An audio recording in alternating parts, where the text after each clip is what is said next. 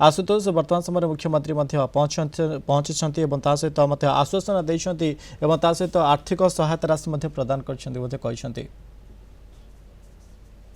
घटना पर आज मुख्यमंत्री आज आसी प्रशांत जो शवधार आज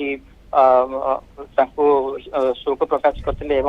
श्रद्धांजलि ज्ञापन करते सहित मनमोहन सामल आसते जी कि राज्य बीजेपी सभापति अच्छा सी आसते प्रताप षडंगी बालेश्वर सांसद एवं विभिन्न मंत्री एवं विधायक मान आसी उपस्थित अच्छा वर्तमान जो घरे थिला मृत शरीर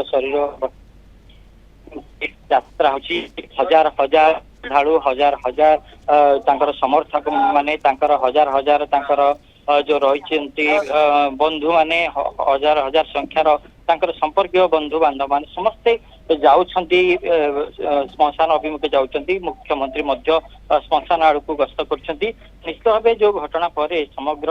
अंचल स्तब्ध हो जाइछला। हठात एभली घटना को कहीं विश्वास कर पार निज परिवार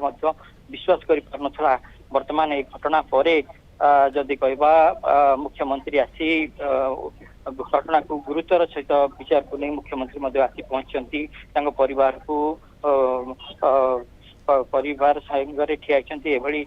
दुखद परिस्थिति रे एवं सांत्वना देइछंती जे 20 लाख टंका आर्थिक सहायता परिवार को प्रदान कर परिवार जन को चाकरी प्रदान करने कहुए समस्त खर्च पाठपढ़ार बोझा जीव छोट छुआर बोली मुख्यमंत्री कहते भाव जो आतंकवादी मैंने रंडम जिलार अच्छे नरसंहार कले नहीं जिते सारा भारत स्तब्ध हो जाए समस्त गोटे स्वर गोटे चिंता किभली भाव जो आतंकवादी माने काम कले नरसंहार कले जो भाव गोटे अमानवीय कांड नहीं सारा भारत निंदा कर बालेश्वर से स्वर आहरी शाणित हो समस्त गोटे 1 लाख किभली भाव प्रतिशोध निभली भाव प्रतिशोध नि समस्त लोक प्रतिशोध रनिया जलुंट जे भली पाकिस्तान एभली कांड विभिन्न समय रचुची विभिन्न समय आमर भारत के जवान माने शहीद होती एभली जो गोटे घटना घटी जो घटना कि निरीह पर्यटक माने मृताहत होती परिवार जुड़ी जाइए। तो यही घटना को नहीं जिते समस्त चिंता व्यक्त कर भाव लोकों भितर गोटे आक्रोश रोचे लोक मैंने घटना को जिते भूली पारना चाहूँगी जे किभली भाव केंद्र सरकार आपको नहीं दृढ़ दमन कर आतंकवाद मूलोत्पादन किभली हम जो भाव विभिन्न समय आतंकवाद माने कौन ना कौन कारण सुजोग नहीं आसी कांड भी आउछंती जहाँफल निरीह जीवन जाऊँ केते भाई परिवार ठारू भाई ठारू अलग स्त्री ठारू स्वामी अलग हो जाऊँ बापा ठारू पुओ अलग हो जाऊँ अनेक घटना नजर आसुची निरीह मुंड गड़ुची तेणु ये बाबद जिते विचार करा जाए जिते चिंता करा जाए से आसे प्रतिशोधर बन्ही देखा मिलूँ लोक मैंने निजे उद्यक्त ही कहते जे पाकिस्तान विरोध में कार्यानुष्ठान दाबी आतंकवाद विरोध में कठोर कार्यानुष्ठान दाबी कर गतकाली जिते राति ग्रामवासी मैंने स्वतःप्रवृत्त भाव शोभा यात्रा करते नीरव प्रार्थना करते किंतु भितर गोटे बहु जागृत होता मन भितर गोटे आह्वान आसूला किभली भाव जो आतंकवाद रही विश्वर गोटे धीर शत्रु विश्वपाई गोटे विपद तेणु ये विपद को टाळिबापी समस्त राष्ट्र माने सचेतन होबार आवश्यक रही दृढ़चार कर आवश्यक रही आतंकवादी मान टार्गेट रे कहीं निरीह लोक मैंने रे एम को मूलोत्पाटन करने कहीं समग्र विश्व एकत्रित न हे तेणु समस्त भितर यही प्रतिशोध निआरे समस्ते जलुंट जो भाव आतंकवादी माने आतंक रचुंट तो निरीह जीवन माने से प्राण चली जाऊँगी तेणुक समस्ते वर्तमान समस्त मध्य गोटे ही स्वर तीव्र होबार लगी। तो आज जिते शवटी श्मशान आड़ को जिते जाऊँगी लोकों आखिरे लुह आसी जाऊँगी लोकों आखिरे कोह आसी जाऊँगी लोक मैंने कथा को विश्वास कर जिते आम कहते जे जिते आम कहते जे ତାଙ୍କ ସ୍ତ୍ରୀ ତାଙ୍କର ଶବଦାହ ପାଖରେ ରହିଛନ୍ତି ଏବଂ ରହିଲା ବେଳେ ସେ ନିଜକୁ ବିଶ୍ୱାସ କରିପାରୁନାହାନ୍ତି। ଯେତେବେଳେ ସ୍ୱାମୀଙ୍କ ସାଙ୍ଗେ ସେ ଯାଉଥିଲେ ଜମ୍ମୁ କାଶ୍ମୀର ବୁଲିବା ପାଇଁ, ସେତେବେଳେ ସେ ଜାଣିନଥିଲେ ଯେ ଆତତାୟୀ ମାନେ ଆତଙ୍କବାଦୀ ମାନେ ଆସି ଛଦ୍ମବେଶରେ ତାଙ୍କୁ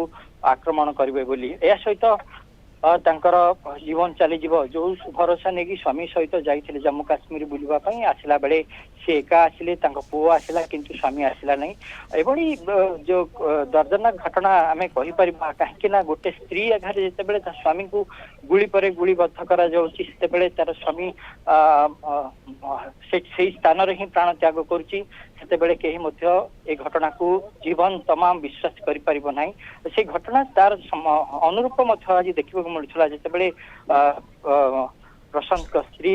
ତାଙ୍କ ନିକଟରେ ବସିଲେ, ତାଙ୍କ ଶବ ପାଖରେ ବସିଥିଲେ, ସେତେବେଳେ ସେ ପାଗଳି ପ୍ରାୟ ହେଇଯାଉଥିଲେ। ବେଳେ ବେଳେ ବିଶ୍ୱାସ କରିପାରୁନଥିଲେ ଯେ ମୋ ସ୍ୱାମୀ ବଞ୍ଚିଛନ୍ତି ନା ମୋ ସ୍ୱାମୀ ମରିଯାଇଛନ୍ତି। ତାଙ୍କୁ ବାରମ୍ବାର ଉଠେଇବା ପାଇଁ